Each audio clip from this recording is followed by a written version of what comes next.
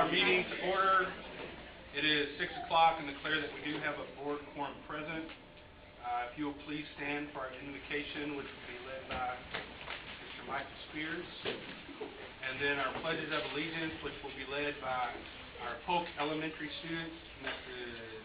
Kennedy Fulton and Anna Marquez. If you bow your heads with me, please. Father, we come to you today and we just thank you for this opportunity to just do the business of the school. We ask for just wisdom and discernment as we go through the night. Help us influence our decisions to set us on a trajectory for success. We love you and thank you, Lord, and pray all these things in your Son, Jesus' name. Amen. Amen. Please join us for the Pledge of Allegiance. I pledge allegiance to the flag of the United States of America and to the republic for which it stands, one nation, under God, indivisible, with liberty and justice for all. Join us on the Texas Pledge. On the Texas flag, I pledge allegiance to thee, Texas, one state under God, one and indivisible.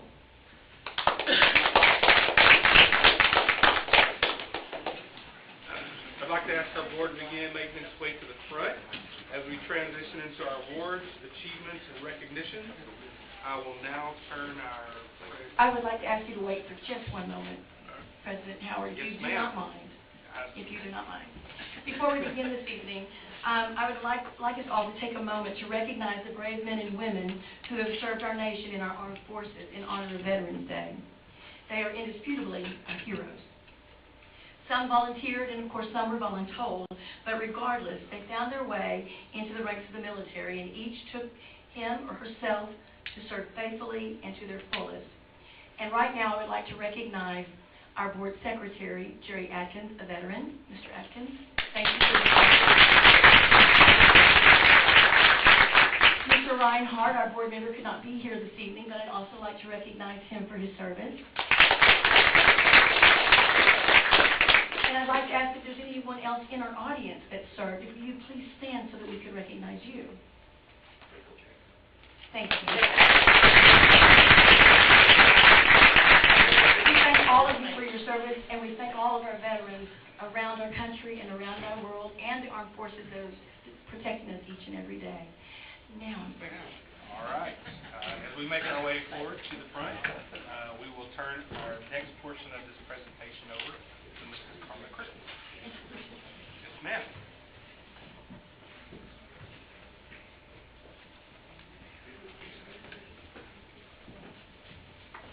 Good evening, Superintendent Massey, Board President Howard, board members, staff, and our guests. Tonight, we have much to celebrate. Board members and Mr. Massey, I'm so glad to be able to begin our recognitions this evening. It is my pleasure to recognize outstanding educators for setting the standard across the state for their work in bilingual education. At this time, I would like to ask Grace Delgado, Rita Cundiff from the Language Acquisition Department, and Brenda Oros and Mariel Heredia Delgado, third grade teachers at Mad Griffith, to join Mr. Massey and the board.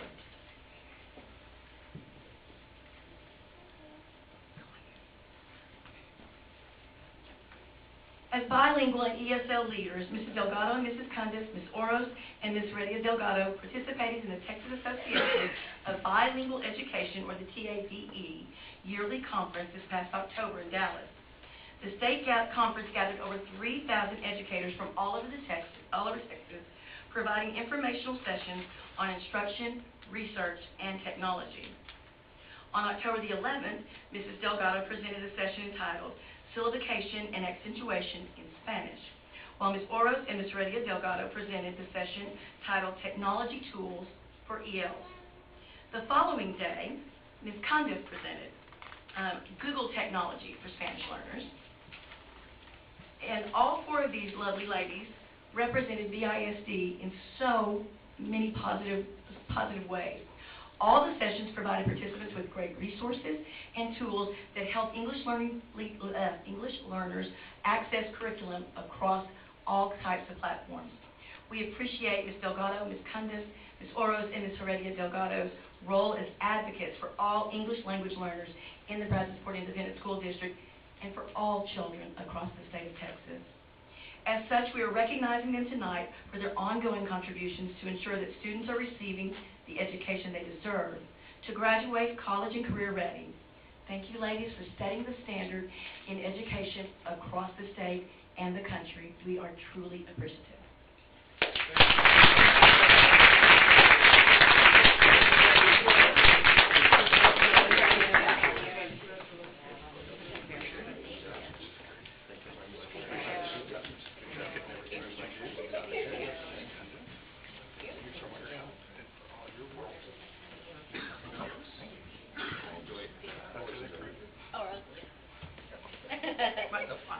I'm sorry. It's okay. Thank you. Thank you. Thank y'all for all your work.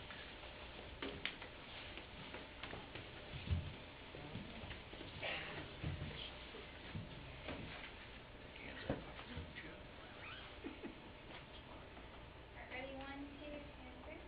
One more. Thank you. Congratulations. Our next recognition will be presented by Executive Director of Secondary Education and Advanced Studies, Mr. Brian Cole.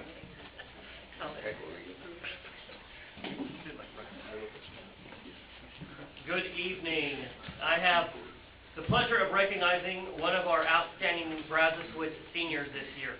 Senior Marcos Ayala was recently named a National Hispanic Scholar for the 2018-2019 school year.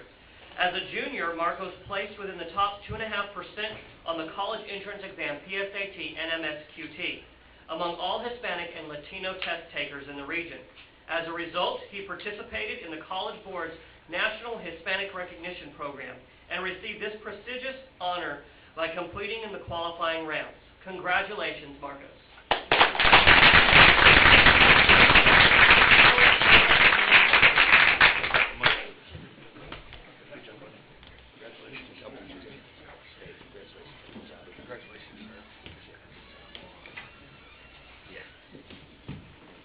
Marcus knows the drill.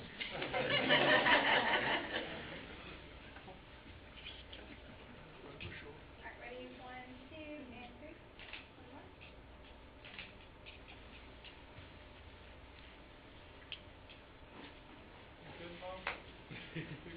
Thanks, Marcus. And now, coordinator of extracurricular programs, Mr. Chris Hutchinson, will recognize very talented art students.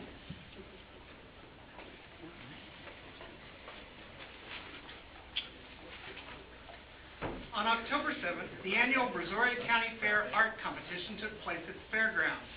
This competition is open to all pre-K through 12th grade students in Brazoria County. Out of the hundreds of entries, the following students' work claimed top spots in auction, judge's choice, and portfolio scholarship. In total, BISD students earned $11,575 in scholarships and auction contributions.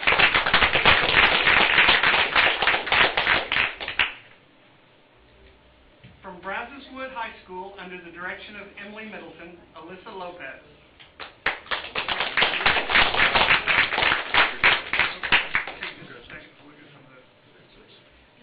Cameron Fox.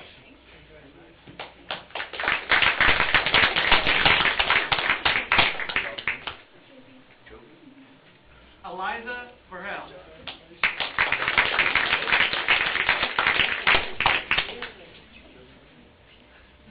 Kylie Kleineck.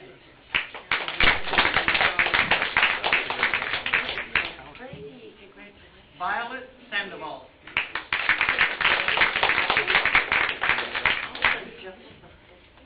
Raina Klein.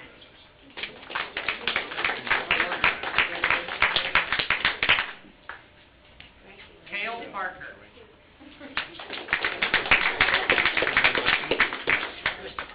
And Katie Wenchie.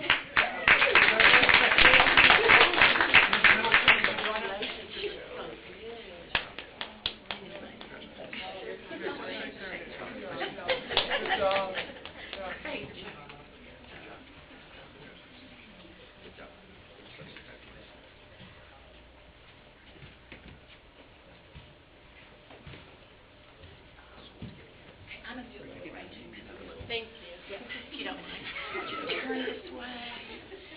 Yes, and you turn this way. Come on, you come in. Come on, you two. There we go. Get a little tighter. There you go. Little tighter.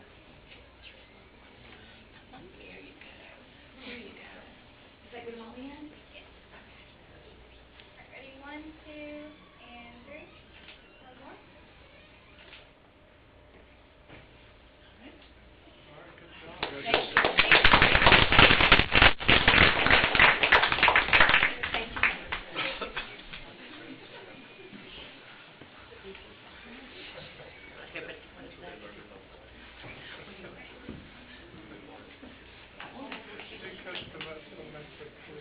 Brazosport ISD would like to recognize Brazosport High School senior and band student Jasmine Royston for her dedication and support of the Brazosport Exporter football team and her school during the October 19, 2018 football game in Hopper Field.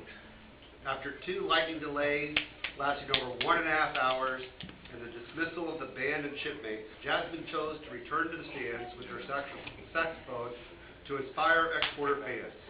She continued to cheer for the team through the flooding rains by playing her saxophone, and after each Exporter touchdown, she played the fight song.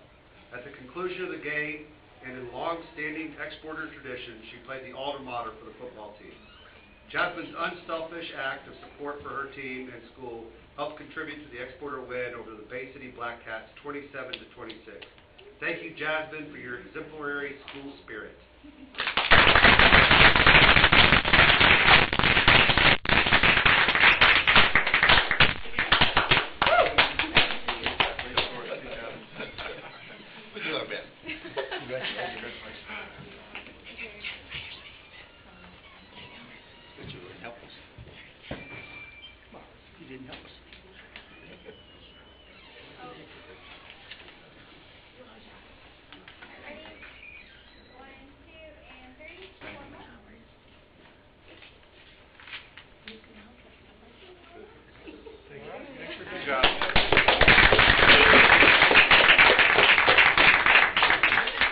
And now we have Christy Kirshner, BISD's Chief Human Resource Officer, to talk to us about our staff attendance.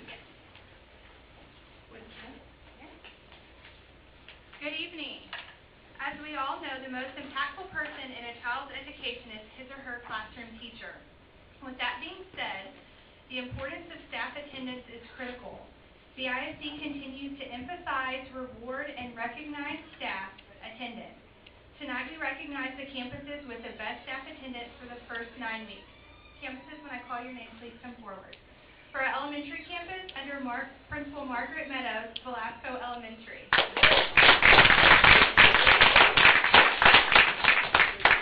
Middle Intermediate campus, under Principal Ian White, Freeport Intermediate School.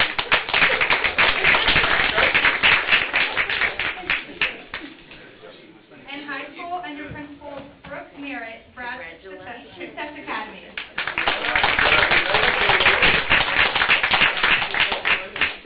Thank you, BISD faculty and staff, for setting the standard and being there for our students.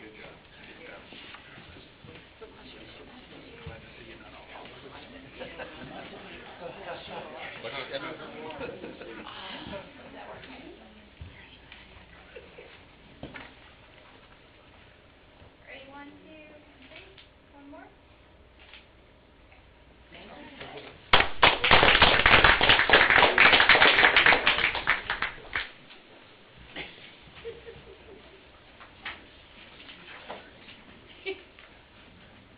Continuing with student attendance.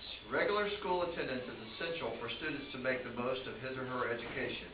The importance of students being at school each day is critical for students to benefit from teacher-led instruction. BISD continues to emphasize strong attendance, and tonight we recognize the campuses with the best student attendance for the first 9 weeks. Elementary campus, under Principal Karen Mott and Assistant Principal Mr. Ken Wilson, please come forward to receive your certificate from Madge Griffiths Elementary campus attendance at 97.2%.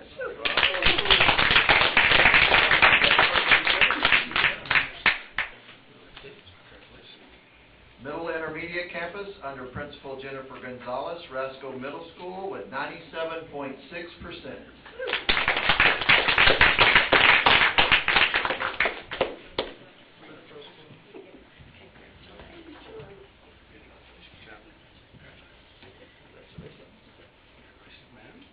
And lastly, our high school, under Principal Rita Pinavalli, Brazos Wood High School with 95.3%.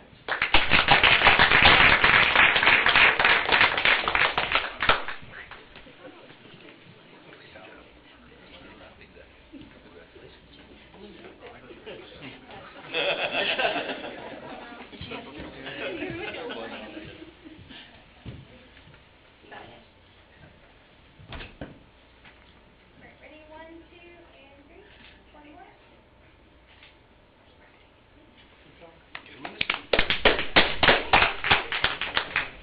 This concludes our awards and recognitions for this evening, but we can't wait to be back till right before Christmas to share the many ways that BISD is setting the standard of excellence across the state and the country.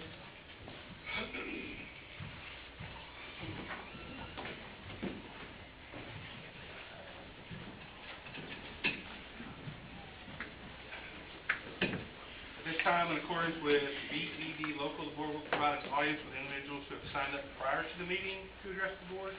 Tonight, we do not have any requests to comment to the board, so we will move on to our next item on our agenda. The next item on our agenda is our consent agenda. Are there any items requested to be pulled from the consent agenda this evening by any of our board members? Motion to reapprove the consent agenda. Hearing none, it's been moved by Mr. Atkins to accept it as presented. Do I hear a second? Second by Ms. Cuellar. All those in favor signify by saying aye. Aye. All opposed by nay. It carries. Next item on our agenda are our action items. Action item A is the course offerings, additions, and changes. Mr. Brian Cole, share with us. Good evening. In accordance with EH Local and BISD Goal 1, Brazos Support ISD will provide a rigorous and relevant learning experience to ensure that every student will be future ready. I am pleased to present course additions and changes. These have been reviewed by campuses and the Educational Planning Guide Committee, as well as the DEIC. There are 9 new courses being proposed for our high schools. AP Capstone Seminar and AP Capstone Research would provide our students with rigorous and nationally recognized curriculum by the College Board. In AP Seminar, students learn to critically evaluate sources to develop their own perspectives while generating both individual and team papers and presentations. In this course, students learn about an ongoing academic conversation, while in AP Research, students contribute to an ongoing academic conversation while designing, conducting individual research, an individual paper, and an oral defense. 2 of the courses listed are Project Lead the Way courses. These 2 courses provide the second set of courses for our Project Lead the Way pathway in both engineering and computer science. Print and Imaging Technology 2 and Commercial Photography 2 are both CTE courses, which would replace Yearbook 2 and Photojournalism, providing CTE weighting for these classes. The addition of Introduction to Welding and Agricultural Structures, Design, and Fabrication would work to better align our CTE pathway. Currently, students in the manufacturing pathway take an agriculture class, while students in the agricultural pathway are taking the manufacturing classes. Introduction to Welding would replace agricultural mechanics in the manufacturing pathway, and the agricultural structures course would replace welding in the agricultural pathway. Special topics in language and culture can substitute for the second year of a Spanish foreign language for qualifying students who may not be likely to successfully complete a second year of foreign language as decided upon by a committee. Each AP Capstone course would cost an estimated $20,000 for training, supplies, and curriculum. The Project Lead the Way courses would cost an estimated $30,000 each for training, supplies, and curriculum, largely funded by a generous DAOT grant. The remaining courses should result in no net increase in funding, as they will be using existing resources. I should point out that the 4 courses at the beginning with an asterisk could result in a need for an additional teacher if enrollment is high.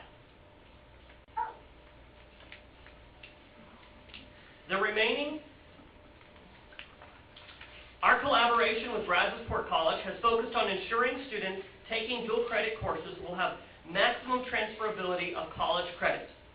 This means ensuring that students have access to courses that will allow them to be core complete, and ensuring that students are taking courses applicable to their future degree programs. As a result of this focus, we are recommending some additions to dual credit offerings for our students. The new course offerings are listed in the table on this slide. Statistics and advanced quantitative reasoning are proposed additions that some college degree programs only require students to complete 3 hours of college math. Providing the opportunity to take either statistics or advanced quantitative reasoning as a dual credit advanced math course maximizes transferability while minimizing excess credit hours. Special topics in social studies, Texas government, is required for core completion at many colleges and universities in the state of Texas. This would allow students to work toward core completion and maximize transferability while earning high school credit. University physics adds a calculus-based option as a dual credit option for our students. We already provide an algebra-based option in physics. Early or late art history is required for core completion at many colleges and universities as well, and would allow students to work toward core completion to maximize transferability while earning high school credit. The remaining 4 courses, Principle of Information Technology, Computer Networking, the additional option for English 4, Introductory Chemistry, and Technical Physics, are intended for students who plan to complete instrumentation or process operations programs at Brazosport College. Each of these courses is part of the required curriculum for those programs and have been correlated to equivalent high school courses in our district. We are also recommending changes to course weighting and GPA exemptions. Board policy EIC local allows for a 1.05 weighting on identified advanced laboratory-based courses. Currently, anatomy and physiology is the only identified course that makes use of college-level curriculum commonly used at institutes of higher education in the state of Texas. After a requested review, both medical microbiology and pathophysiology meet the same standard as anatomy and physiology. Each of these courses use a college-level curriculum that is currently used at institutes of higher education in the state of Texas. It is the recommendation that both of these courses be weighted at 1.05. This will be phased in for students in the pathway next school year and will not take effect immediately. And per board policy, all recommended AP courses and core dual credit courses would receive a 1.10 weighting. Finally, board policy allows for the identification of certain courses for GPA exemption with the intent of creating well-rounded individuals and student participation in extracurricular programs. With the expansion of CTE offerings and the corresponding student organizations, some students are electing to not take senior level practicums due to the potential impact to their GPA. It is a recommendation that senior level CTE practicums be added to the list of courses for which students may be GPA exempt. The administration recommends that the board approve the course additions and changes as presented. At this time, I would be happy to answer any questions you may have.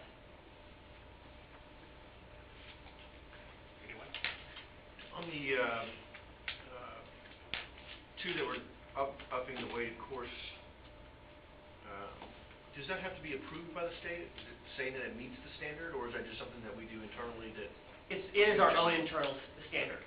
So we have 4 different types of courses based on local board policy are allowed to be weighted. One of those criteria is that it is an advanced laboratory-based course, and the previous criteria applied to anatomy and physiology was that they made use of college curriculum that was used at colleges across the state of Texas. And will that change take place at Christmas or at next school year, next fall? Okay. Mr. Atkins? Couple examples of the practicums. Well, that's a great question. So, for instance, we have a student likely to graduate in the top 10 students at Brazoswood High School that this year, because of the potential impact on their GPA, and possibly taking them out of a rank that they would like to be in, elected not to take part in their health science practicum this year, and would have been eligible for an exemption had it been on the list for those students. So they essentially elected not to take the course because it might knock them out of their rank. So, and that could apply for any of the practicums for students not only in the top 10 students, but the top 10%, top 12% students that are paying attention to their GPA and their ranking could definitely be impacted. And we, prior to considering this, or prior to that, actually me learning about the student, we were already considering this because of potential. And then we had a prime example of that happen just this year. So the senior level practicum on health sciences, they would get a grade? They would get a grade. The student would be issued a grade. However, when it came to calculating their final overall GPA, it would be excluded from that calculation. So currently, So it would be one less. Okay. right, one less. It would still count as a credit. They would get credit, but it wouldn't go into the numerical average. So we currently have courses band, ROTC, other fine arts courses that have student organizations and are not necessarily weighted. We have those currently on the list, and with CTE being something that students do participate, and with student organizations as well, we thought that would be a valid avenue to help students that want to continue on in these pathways, but are worried about the GPA impact to the students. But a couple other examples of practice. You got health science. So we would also have senior level, many of our engineering project lead the way courses are going to fall into this with their senior level practicums as well. So we have practicums in almost all of our CTE pathways. We have students in business and marketing that have practicums. We have students in education that have practicums as well. So this would be essentially every CTE pathway will have a senior level practicum that students potentially when they're in their senior year are going to go, ooh, this could impact my GPA, and I don't want to continue on in this because I may not be able to get the rank that I want to in school. So we have like I said, each of our pathways would have one. So engineering pathways, the welding pathways, the education pathways, business pathways would each have a senior level practicum. And the potential for 4 additional teachers would be depending on the level entry and the support that I guess the capstone and yes. So and Project Lead the Way. right. So as Project Lead the Way and both computer science and engineering, as they grow in popularity, we may see the need for additional staff there. And then AP Capstone Seminar and AP Capstone Research. Those are both new courses that I would honestly anticipate are not going to pull from other courses. They're likely to create new demand, especially for our students because they're unlike any current offering. And students may elect to take those and instead of taking 5 courses their senior year, possibly end up with 6, 7, 8 courses their senior year because they're electing to take AP Capstone Seminar and Research. This AP Capstone also comes with a AP Capstone certificate from the College Board that's highly recognized. Many of the college applications now have a place to check right beside an IB grad that you're an AP Capstone graduate. The additional training for the capstone and the Project Lead the Way, would that be a certificate or just additional training? Teachers are required to attend summer training for approximately 2 weeks for each of those for us to be able to offer those courses to our district. So they're essentially led through the course during that time. Okay, thank you. Any other questions? You're right, Liz? Any idea, I mean, I know you said that this came to your attention, this one particular student, but do you have any idea about how many students were potentially affecting by changing this? I do not. Without surveying the students, and I'm afraid if we surveyed the students, we definitely learn out, and I'm sure that we'd have a number of vocal students that would express some concern. Now, we do have a limited number of students that do participate in our practicums. By the time we get to our practicums, depending on what level it is, in some cases it's as few as 10, 15, 20 students that get to the practicum level. But those are students that have been through 3 previous courses that are fairly rigorous, and they get to the practicum level, and they may elect not to take it due to the impact of their GPA. Okay. If there are no other questions, we do have a recommendation by the administration. Do I hear a motion to approve? Move for approval. It's been moved by Mr. Fortner. Do I have a second? Second. Second by Mr. Atkins. All those in favor signify by saying aye. Aye.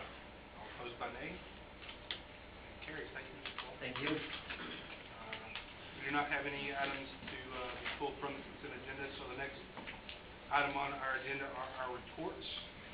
Report A is the 2012-2014 bond project update. Mr. Albert Ames. Always interesting. Thank you. Good evening. In accordance with Board Policy CV Local, it is my pleasure to present the 2014 bond update. I need my clicker on. As of today, for 2014, total POs issued of $97,726,955, or approximately 55.84% completed or in progress. This is a list of total completed projects, and this is the current projects: Og Elementary replacement and kitchen and press box improvements, all in construction. Roberts Elementary and Brannon Elementary that says design development should say construction documents. Og Elementary is still moving along as scheduled. This drone photograph was taken this past week, and it's the white that you see on the roof on the far left is the actual final roof product, and then you can see the metal roof deck on the right-hand side. These are additional drone photographs. This shows the mechanical yard with the cooling tower.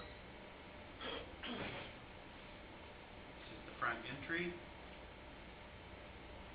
This is the new wing that was just very recently had the, this is the 2-story wing.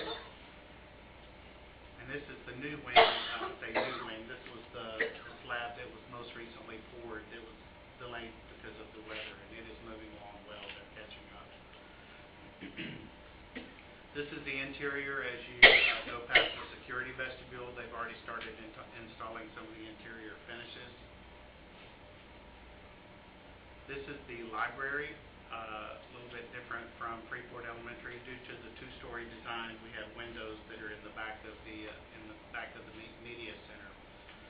See a lot of plumbing work that's being done in there. There's no plumbing in the media center per se. That's just their workspace. This is the elevator pit. There's 2 elevators in this project, and then the stairs will be right next to the elevators. This is just a view from the elevators to the 2-story wing.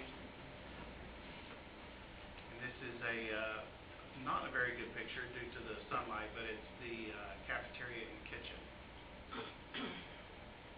This is the view of the stage. And that's all photographs for Og. Roberts Elementary, we have our final approval from the Planning Commission from the City of Lake Jackson as of last Tuesday night. And it is currently out for subcontractor bids, which we will open on Thursday at Sterling's offices. And then we will come to the board for the GMP approval in December. You've seen these slides before. This is just the aerial view of the site plan for Roberts. And then this is the, we'll move on to Brannon. This is a site plan for Brannon. I think you saw this last month as well. Just shows the parking lot. You can see the kind of the shadowed areas to the right of the parking lot, which is where the existing school is. I'm very excited that we're able to build this, including the parking lots, without having to tear down the old school before we can finish that. traffic plan for Brannon, and we will be going to the Traffic Commission for the City of Lake Jackson tomorrow night, and the traffic engineer will be there to present that and answer any questions that they have. I'll be happy to answer any questions you have. No, I was just gonna say thank you for sending those updates on those gym sizes and cafeterias. I got a little nervous, or actually they got a little nervous, and I got more nervous. There were some scales drawings that we got that were a little off, and that the different schools now give one, so. I think what might have happened with that was the scale drawing might have been reduced on a copier. They kind of skewed it when they tried to scale it. So, you could tell really when you, the picture of the cafeteria and gym, when you walk in and see it, you can really tell the difference. That it's larger than Freeport by design because of the student capacity and the sizes. The state requires the gym to be taller. I mean, to be larger for those grade levels.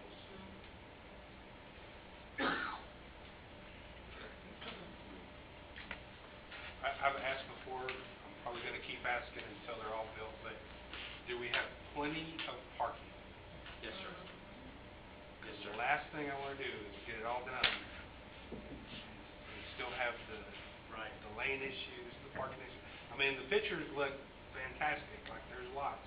I just want to verify. Yeah, the traffic counts are actually, they're significantly more than what is required.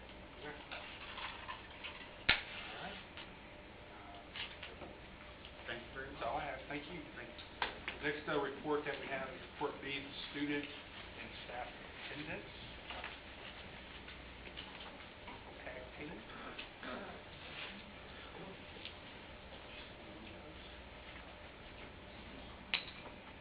Good evening. In accordance with board policy DEC local and FEA local, and in alignment with district goals, the ISD will promote, communicate, and market the accomplishments, achievements, and successes of students and staff. It is my pleasure to present, along with Assistant Superintendent of Administrative Services, Mr. Jay Whitehead, the staff and student attendance report.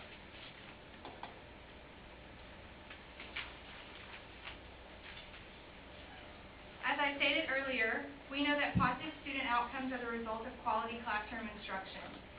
Teachers being present in the classroom is the best way to ensure our students are receiving consistent, quality instruction and support. Earlier, we recognized the top 3 campuses with outstanding teacher attendance for the first 9 weeks.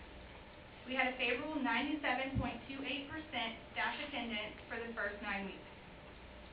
Last year at this time, our community was suffering with the effects from Hurricane Harvey, which had an impact on the 17-18 attendance metric, even though there was still a realized increase from 16-17.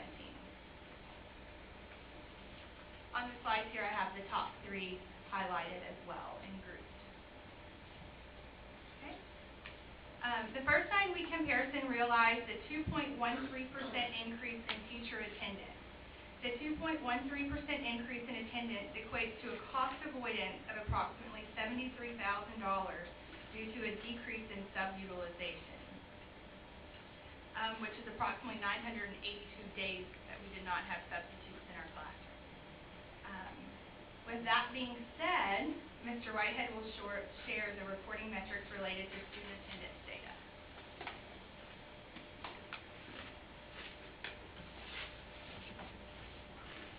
Thank you. We understand that we need our students at school in order for them to learn. Many efforts are targeted at improving student attendance, such as weekly monitoring, awards and recognitions, both at the campus and district level, and interventions that range from parent and student conferences to court filings. When we compare last year's student attendance data for the first 9 weeks to the current year's first 9 weeks, we see increases at 8 campuses: Stephen F. Austin, Gladys Polk, Rasco, Lake Jackson Intermediate, Brazosport High School, Brazoswood High School, Brazos Success Academy, and the Lighthouse Learning Center. 15 of the 19 campuses have greater than 95% student attendance, those that are there in the blue. and 10 campuses have greater than 96% student attendance. As a district, we have accomplished an outstanding 95.91% student attendance for the first 9 weeks, which is up 0.1% from last year. Student and staff attendance supports successful outcomes for student performance. We recognize and continue to emphasize the importance of being there every day. We are very pleased with our results and continued efforts to increase staff and student attendance, and we're happy to answer any questions you might have at this time.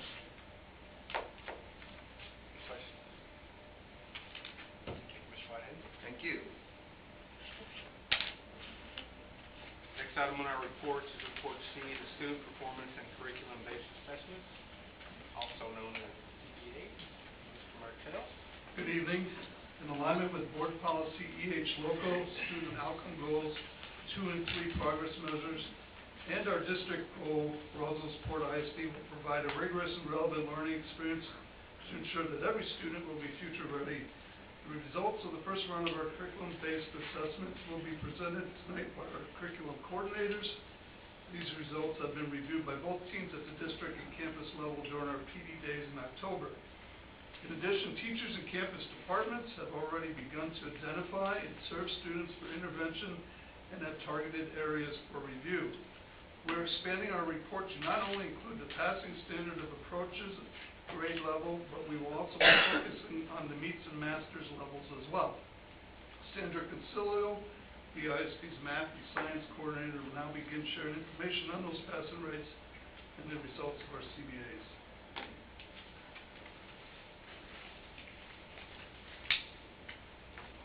Did not meet grade level, approaches grade level, meets grade level, and masters grade level are the 4 levels of the STAR assessment as set by the state. There are 3 passing rates: approaches, meets, and masters.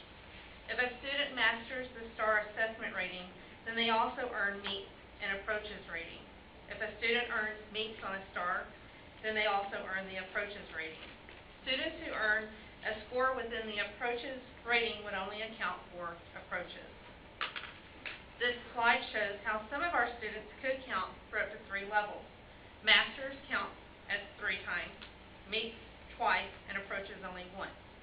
We will use basketball as our analogy to emphasize the importance of student achievement at all 3 passing rates. In the game of basketball, you have 3 ways to earn points: a 3-pointer, a 2-pointer, and a free throw. A basketball player standing beyond the designated arc surrounding the net shoots and makes the basket, earning 3 points. We can relate this to the master's level of our state assessment. Students who reach the master's level of testing would earn 3 points for their campus.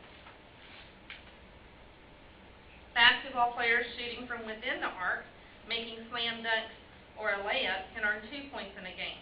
The majority of points during a basketball game come from 2-pointers. We can compare a basketball 2-pointer to the state assessment rating of meets. Students reaching meets passing rate on the state assessment would earn their campus 2 points. Ideally, we would like most of our points to be 2-pointers as well. Lastly, the free throw. A basketball player might not see his true potential by only shooting free throws. Free throws in the game of basketball only earn 1 point. Approaches rating on the state assessment is similar to the basketball free throw, just 1 point. A team relying on fouls most likely won't win any games. We know that our students enter our grade levels at different levels within our curriculums. Our goal is no longer to stand at the bottom, pushing one student to the next level. We are repositioning ourselves at the top and throwing a rope down. Each student can grab a hold of the next level of learning and close the achievement gaps for all students. We are targeting all students to perform at the highest levels of achievement. This evening, as you review the CBA data with each of the coordinators, remember these details. 1, we want to see increases in meets and masters. Remember our basketball analogy? Most of the points are 2-pointers during the game. Our CBAs only cover a small percentage of the entire curriculum for each course. And 3, we've re-envisioned passing rates for CBAs and BISD. entering meets and masters only for campuses. Campuses are addressing the need within all three passing rates by attempting the goals set for meets and masters. We will begin with math. Presented here is third grade math. You can see that we had increases at each campus as well as each passing rate of the STAR. Note the average of 17% increase for meets and the average of 18% increase to masters. In fourth grade math, you'll notice the average 23% meets increase and 18% masters increase. Historically, fourth grade math is one of the more difficult content years for students. Significant increases in fourth grade math are encouraging. The increases in both third and fourth grade math could be attributed to tight protocols implemented district-wide for a common problem-solving model, number talk, and fact fluency in all K-4 math classes. This year, fourth grade Polk has the addition of a fourth grade bilingual class. This class is receiving instructional support and model teaching by a master teach through a co-teach setting. Fifth grade math has positive increases which fifth grade teachers have attributed to observing incoming students being more prepared for the grade level standards. This test also exposed an area of need in sixth grade math. Michelle Hernandez, 5'8" math specialist, is working with these campuses to address areas of need. Each year, we see 7th grade struggle to produce results near the state average or higher. 7th grade math is the most difficult content for students statewide. The meets and masters are expected to be lower in 7th grade, considering the advanced students have been placed in advanced math and take the 8th grade test. I believe it's valuable for you to know that our true 8th grade students, where we've excluded the advanced math students, improved by 30% points at the meets level than they did during their regular 7th grade math year.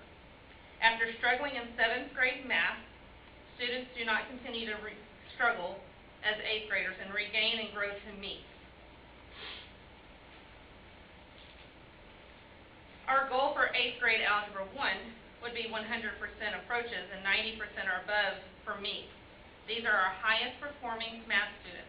We will continue to encourage teachers to grow this student group. The high school Algebra 1 at both campuses opted to change their main curriculum resource for their single block students. Both high school campuses have a double block as intervention for Algebra 1, who provide a varying scope and sequence to address the needs of the students in these classes. The double block and Algebra 1 retesters were included in this CBA testing, two groups of students that have not previously been tested. We'll now shift gears to review the 3 tested grade levels for science.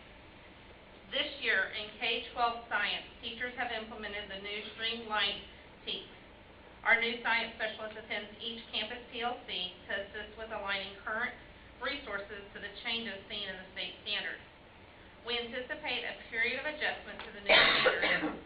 While we see increase in most areas of 5th and 8th grade science, we will continue the work of increasing the success of our highest performing 5th grade science students. For biology, these factors attribute to the results. 1, a change in state standards. 2, inclusion of biology retesters on the CBA. Again, Cynthia Johansson, our science specialist, attends TLCs at each campus. Instructional strategies for targeted standards in the CBA have already been addressed and implemented in the biology classroom. Next, Grace Delgado and Dr. Christy Piper will present ELA.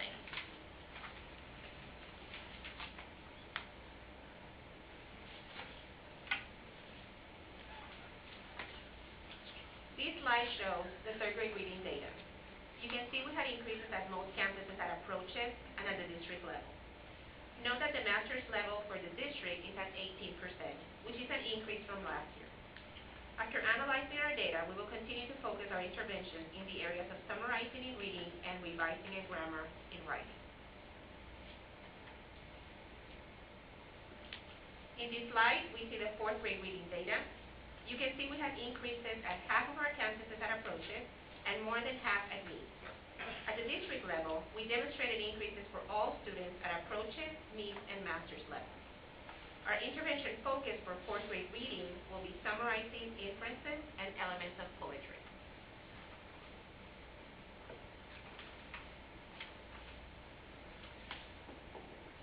This next slide shows the fourth grade writing data. Once again, here we had increases at half of our campuses at approaches, but less than half at meets. At the district level, we demonstrated an increase for approaches, but still have work to do for meets and master's level, although our numbers were similar in percentages. Our focus and interventions for writing are in the area of grammar and vocabulary.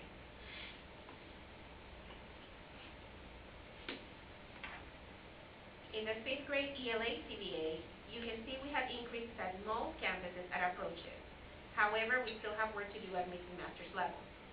In fifth grade reading, we are focusing our interventions in summarizing and point of view.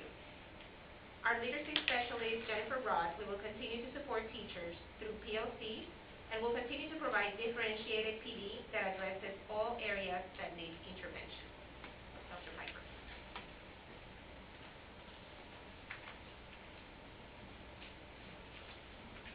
You will notice that the sixth grade chart for ELA is color-coded a little differently. While I would love to fill in that entire chart bright green and brag about those impressive gains, the truth is that what you are looking at is a comparison of two very different assessments. The sixth grade curriculum calendar for the 2017-2018 school year was revised to enable cross-curricular opportunities for sixth graders who were participating in the Students in Space program. This meant placing expository reading, the most difficult genre for students statewide, in the first grading period. The current curriculum calendar was revised to reflect a scaffold for expository reading, where it is addressed throughout the school year, but assessed in the second semester. As a result, the CBAs are very different in nature.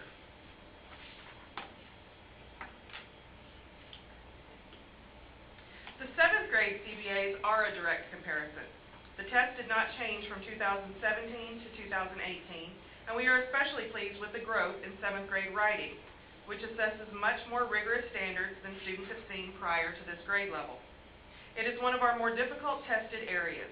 We've implemented several systems district-wide to address writing instruction in all grade levels and are happy to see this progress.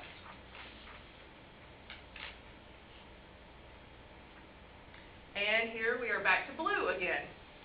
The 8th grade CBA was revised this year to include reading only, while you can see that both reading and writing were assessed on the 2017 CBA.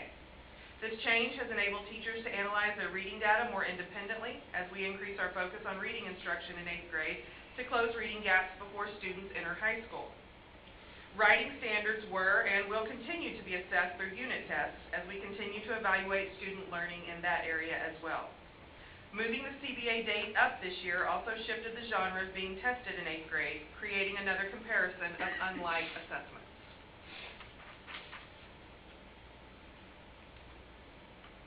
As we continue to focus on closing gaps before students enter high school, our data shows that improving Tier 1 instruction at the high school level must be a focus district-wide. The instructional deans on both high school campuses have worked very closely with me this year to ensure that English 1 and 2 PLCs are collaborative and effective. We have implemented specific strategies district-wide to address author's purpose, an area of need for our students in all grade levels. These strategies were modeled for teachers at both the August and October curriculum preview days and have been shared with principals as well. We are continuing our rollout of the workshop model and beginning implementation at the high school level this year. In support of that effort, the district purchased an online writing conventions program for grades 5 through 12, and at the high schools we've already seen an increase in blended learning and small group instruction thanks to that resource being made available. You see a note on genre for English 1 as well. Due to this year's earlier test date, the CBA covered only one genre. In discussing the test in advance with teachers during the vetting process, they saw this as an advantage in utilizing our data. Reading stamina is an issue for students at this level, and teachers asked if because we were testing only one genre this year, we can include a longer passage, more comparable to passages encountered on the EOC, to gauge reading stamina in this particular group of students. Having this information early will guide instruction and provide comparison data throughout the school year. What you see for English 2 is a more linear comparison. The CBA assessed literary nonfiction only and did not change from 2017 to 2018. At this time, Angela McCabe will share social studies data.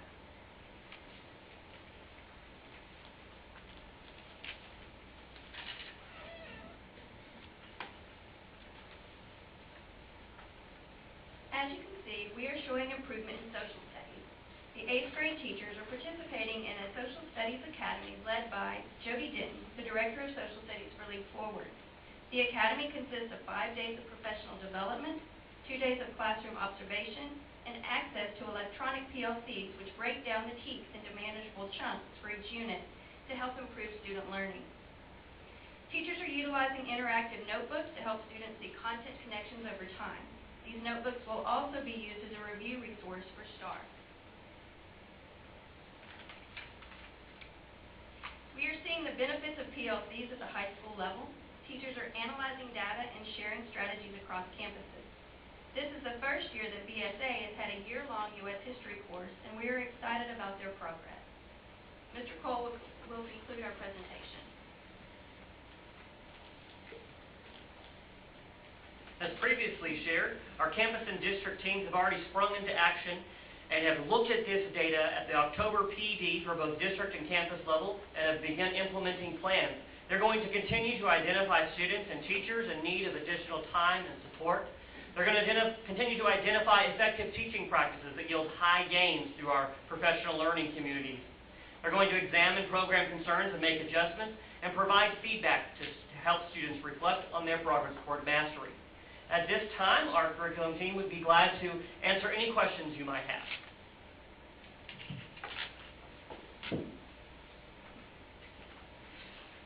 Mr. Spear? How tight is the window to qualify for approaches versus meets? It changes for each and every test at each and every grade level. The state, we model our scoring off of the state for the rate of which the percentage that's required for passing. We have a chart that links all that, and I can share that chart with you all if you would like. So are we talking just, Probably 15, here we go. So, let's take reading for an example. At the approaches grade level, we would see a pass rate near the 60% point, 60%, whereas at the meets it would be around 75, and at the masters is around 85. So approximately 15 to 10 percentage points for each. so we're only talking about theoretically then a handful of questions separating? Correct. Possibly 1 to 2 questions being the difference between those So for a CBA. a lot of these ones where you got 70s and 80s and approaches and 20s and meets, you got a ton of kids right at the bubble, that if we can just get a few questions, we're going to start getting a lot to the meet. Absolutely. So that's the exciting part, right? And that goes back to the staircase that we saw at the beginning. And Our that's goal. the conversation that's happening on campus now. Instead of trying to get them from did not meet to approaches, now they're looking at how do I get them over approaches into meet. Are we able to disaggregate the data to figure out the exact areas that they're struggling with? Do we have it that? Yes, so every question is tied to a particular standard, and we're able to actually identify the particular standards that students struggled with. So each of the CBAs is built around the curriculum that should have been covered during that period of time, and the purpose for the CBA ultimately lets us identify either individual students that may have struggled with a particular concept and provide them with individualized support. It also helps us see if there's a classroom or a team that is struggling ensuring that students learn those particular concepts, and it lets us provide additional support to that classroom or that team if it's needed as well. Do we do that in the reverse and flag stuff that has outlier gains? Yes, we are, and that happens as part of our professional learning process, is to, within the professional learning community, the goal is to identify what worked, and for instance, let's say you were teaching with 4 teachers, and they're looking at their CBA results, and teacher 1 on a particular topic has 90% of their students at the meets level, whereas the remaining 3 teachers, they're only at 65% of their kids at the meets level. Well, we want to know, that campus team wants to know what that teacher did to get the 90s, and then we as a district want to know what did that teacher do to get to those 90 percentage points. So Did we identify what we did at Robert's fourth grade math and got 50 points almost gained in 1 year? absolutely. I saw that, and that cohort jumped almost doubled from third grade to fourth grade. So something happened in there where we learned a lot in one span. There's a bunch in there though where you're right at 70s and 80s on approaches, and then 20s or 30s on meets. So it looks like we have a lot of low-hanging fruit right there. Not meaning it'll be easy, but we got a lot of hope right there. We need a lot of people into the meets category. Absolutely. I won't ask all the questions right now. Well, and You're on a roll, keep them going. that is part of the intent of looking at the data this way, is to say, you know, there's multiple levels of success for our students. And we want to ensure that we're taking our students up the staircase here, not just helping those at the bottom up to the next level, but helping students up all through the staircase. So some of them y'all answered as you were going through, like with the retesters for biology. I was wondering why those dropped like almost in half. Does that make sense Yeah. when you add all those retesters in?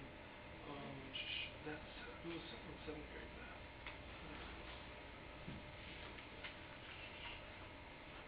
Oh, it was just the meets. Why? I guess the meets is so low because you're saying the advanced students got moved to the algebra or to the eighth grade test. Correct.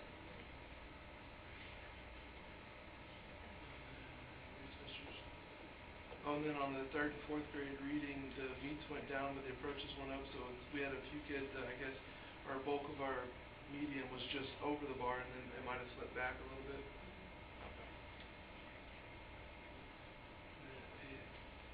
That was the same thing on the eighth grade issue. Okay. Making sure I'm understanding the charts right. Mr. Atkins? How much effort is looking at the cohorts from the third to the fourth grade? Is that a factor, or should it be looked at to see? Because it looks like that from third and fourth grade, both math and reading, it's improved, which is, to me, is good. I mean, the third grade, with that X, and the fourth grade for this year,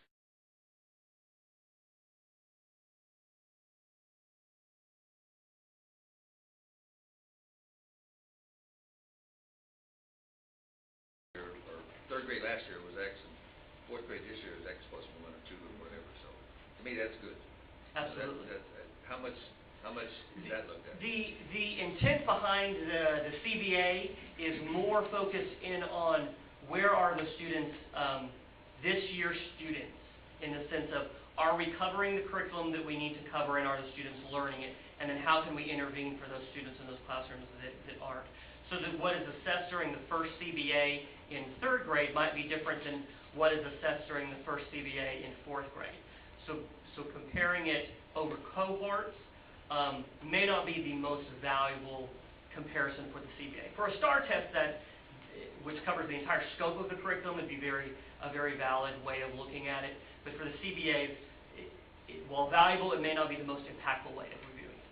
Well, with what we have up here, would it be better just to look at the 2018 and understand what the percentage means, rather than, because we see a drop like in Griffith right there, and a drop in Pope, but is that really significant? Because you're talking two different groups of kids. While we are talking two different groups of kids, absolutely, we're still looking at from the perspective of who are the kids that we need to target for interventions, right?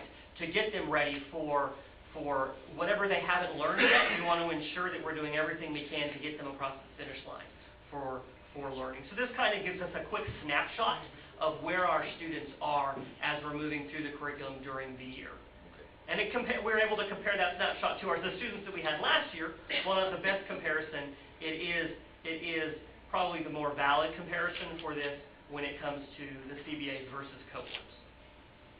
So how many CBAs are given? I mean, groups. Group. Yeah, So this is the first. This is. We give a CBA in the fall, a CBA in the spring, and then the mock STAR for those that the mock applies to. Because I was looking back at my history, and I only saw one last year. I guess maybe I didn't copy the right one or something, but that's what had me confused. So science that's the start of CBAs, right? Okay. So third and fourth is just. They take a CBA, but not a STAR for science. So the third and fourth grade, all they do math, reading, writing. And writing for STAR. But they do have CBA for all classes. Okay. So is this all the CBA data she has? I mean. For STAR test. Yes, start at grade level, yes, sir. Okay. So overall, what's the group's conclusion? We have some shining places and some places that we need to narrow our focus in on.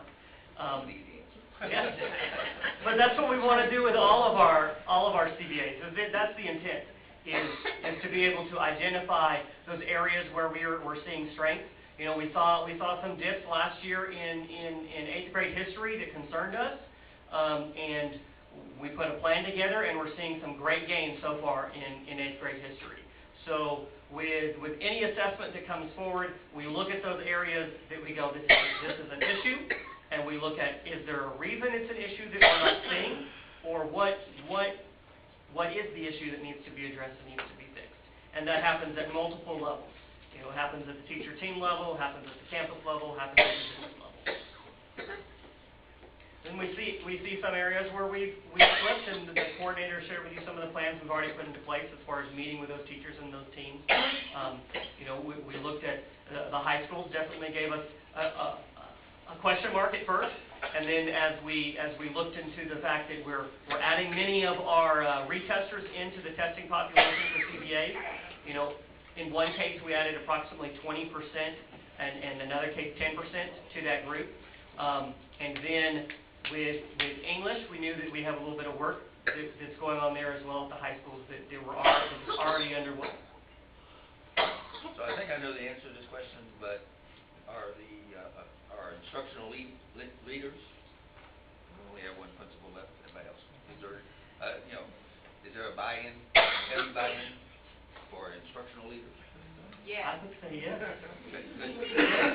That's the answer I expected. On behalf of the 19 campuses, yeah. Well, and we're appreciative of the support that we're receiving from our coordinators.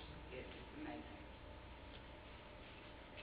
And I would add that we entirely, when we look at the instructional calendar this year, it was built around the idea of being able to have a district professional development day partnered with a campus professional development day within a short time span of the CBAs, so that data could be looked at both at a district level and a campus level. As a principal, I used to consider professional development days as my opportunity to turn the ship, right?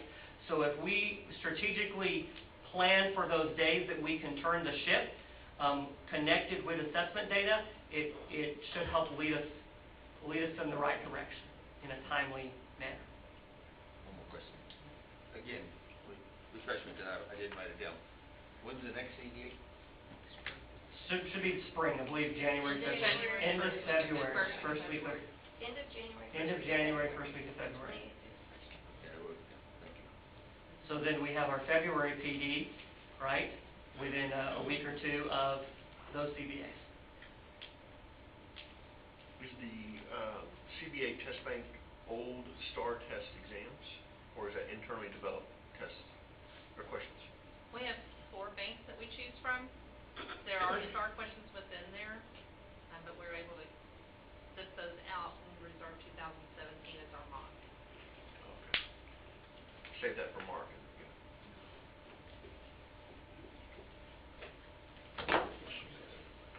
Mr. Spears? Can you go 2 slides up forward? Is there any concern on the 3rd grade reading, knowing that the district goal that across the board we're pretty much down? Or do we know what happened there? On meets? Is there concern about 3rd grade reading, since that's part of our district goal, since we're seeing that we're down there? I mean, like I said, this is the first data that we've received, and this is the first time these students are taking a STAR test. But we have identified those standards where we have certain concerns, we're already working towards that. When do we expect the READ 2020 influence to start seeing that? 2020. That's a lot of gap to close between now and 2020. That's a 70% gap to close between now and 2020. Isn't it 100% of students who read non-grade level at that grade? Our target for this year was what, at 50 or something? No, Was it 11? And for third grade STAR, it would be to meet or exceed the state average. Right. Yes. So we're at 32. We got 78 or 68% out of the game in a year and a half. It's a lot of work, but we've got a good team.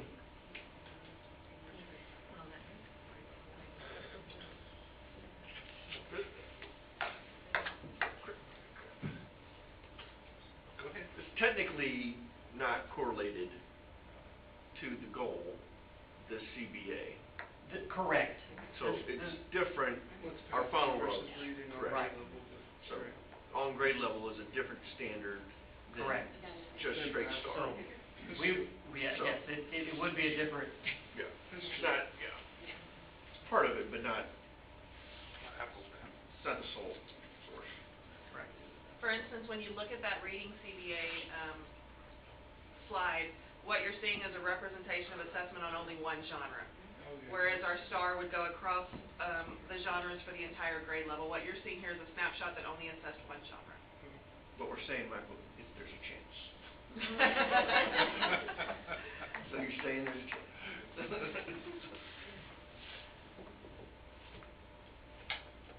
Thank you, Mr. Cole. Thank you. Thank you. The next item on our agenda under reports is board committee reports. I believe Mr. Atkins has a presentation. Yeah, he does, and we need to get, Hold it, give him a second, but and I apologize that it's not getting into the board book, but I will make sure we put it in the board update. But we do have it up here, and I certainly appreciate Mr. Atkins' effort to engage at these conferences and bring back the learning to all of us. This will be brief. Now you can go on. Anyway, this was a group of board members, and it was really it wasn't that good, but I took some notes. One to highlight is I think we ought talking points from the committees and departments, for the board members. I wonder if we should consider getting a couple of highlights every month that we could take out in the community and just have in our pocket.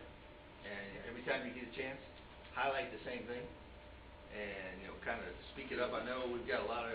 I'll show the slide from Carla's presentation for our district, but that stuck with me from that one. So something we may want to consider. Curriculum management audit. As you know, I'm in favor of this. Kept pushing. We've talked, and the San Angelo group was really excited about where they were. They had completed it. They have a plan for the next 5 to 7 years to see there, so they look at that. It's a deficit audit. They have to accept that, and then it gives you something to work on for our CBA. So I think it's it goes together. They couldn't pass a bond out there, though. What? Couldn't pass a bond out there.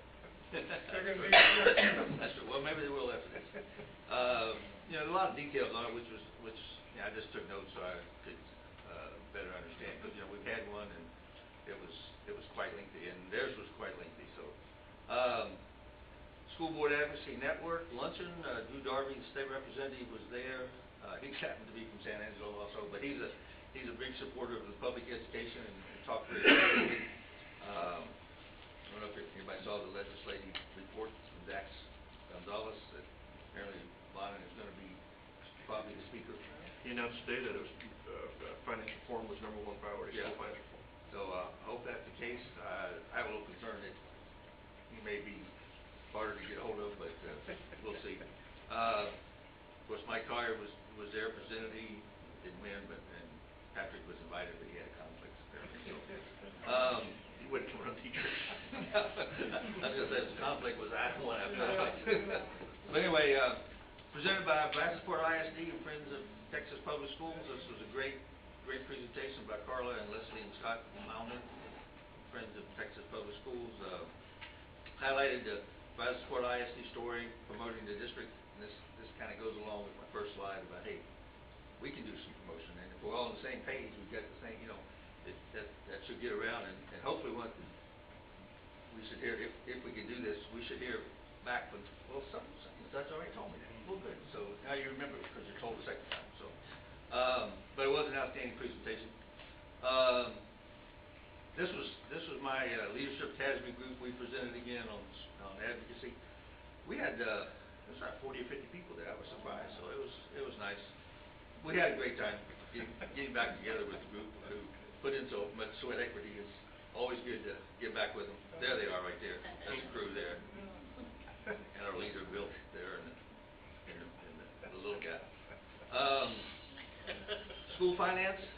This was presented by Equity Center. I'm still not sure quite who they are, but they went through a lot of detail. I asked for the presentation. They sent it to me.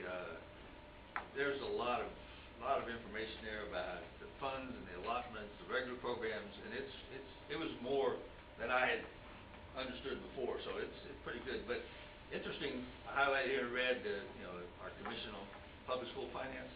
They had 3 working groups, and only one's completed their report. They're not expecting the other 2 to have a report. So it's kind of like, what the heck did they do? But and LaDamian Thomason presented at a general session. Delegate Assembly Caucus was very interesting as usual. Of course, this went through how we're supposed to do things, and then the Delegate Assembly, we did the bylaws and the advocacy priorities. 5 passed, 1 was defeated. Got some handouts if you want to look at them. And I meant to get those copies. I'll get them for you on the different priorities. It was an interesting. This one got into a big discussion on some counseling hopeful priorities, and it went on motions and remotions, and it was very interesting. I missed the second the second general session because it went to like 4:45, so and that started at 2. So it was the most lively one I've been to. So last one was 10 questions board members should ask the budget. We already do about 6 or 7 of these, so that was, again, it's always good to learn that maybe we're not as bad off as some other groups, which we always find out when we go to these. So very interesting. There was some good things about some trends that I think we could probably start looking at, and with the graph to see where we got surplus, where we're closing the gap or going the other way. So I'll put something together for that to kind of look at that. So those are some of the trends we could look at. And then the honor board, Grapevine Colley ISD. I was happy that a fellow TASB classmate was in there, so it was very interesting. They had an interesting thing in their regular meetings. They focus on one item to highlight, again, from a district, just to kind of keep things going and keep information flowing as far as a good thing as the district doing. So I thought that was pretty good. There's a lot of good ones in here. And that's it. So, Thank you. Thank you very much. also, since I have the floor, appreciate the 3 schools today, Roberts and Stephen F. Austin and Madge Griffith for their Veterans Day program. They were very good. Griffith was pretty amazing. They got into it. They were really the kids in the choir. I think it was 3rd grade. They were really good. They had a great time. So it was good. So appreciate that. And I missed last week's. I guess it was 2 or 3 of them that I missed. So anyway, that's always a fun time. Thank you for going. Thank you, Mr. Atkins. Our work session discussion, our next regular scheduled board meeting is December the 17th. And then the next item on our agenda for this evening is our executive session. Executive session may be called for the purposes permitted by the Texas Open Meeting Act, Texas Government Code, Section 551.001 and 551.146, and Section 551.071, consultation with attorneys, Section 551.074, personnel matters, appointment, employment, evaluation, reassignment duties, discipline, dismissal, and complaint. We shall return shortly. We convene from executive session. The time is 9 o'clock. Unless I have any objections, we will stand adjourned.